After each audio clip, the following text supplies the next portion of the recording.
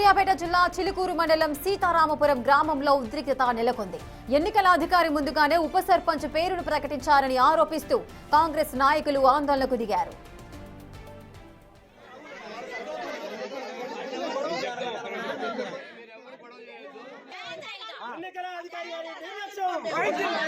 జరగాలి తక్షణమే న్యాయం.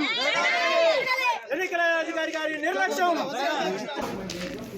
ఎన్నికల ప్రక్రియ పూర్తి కాకముందే ఆర్ఓ నాగరాజు ఉప సర్పంచ్ విజేతను ప్రకటించడంపై కాంగ్రెస్ నాయకులు ఆగ్రహం వ్యక్తం చేశారు. ముందుగానే ఎందుకు ప్రకటించారంటూ ఎన్నికల అధికారిని గ్రామ పంచాయతీ గదిలో పెట్టి తలుపులు వేశారు. తమ డిమాండ్పై స్పష్టత వచ్చేంత వరకు ఆర్ఓను బయటకు రానివ్వబోమని కాంగ్రెస్ నాయకులు స్పష్టం చేశారు. ఈ ఘటనతో సీతారామపురం గ్రామ పంచాయతీ వద్ద ఉద్రిక్త వాతావరణం నెలకొంది.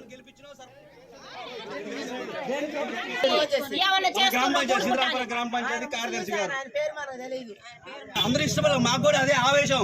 8 మంది ఏకంగా అనిపించుకోవాలంటే మేము వ్యతిరేకించాం.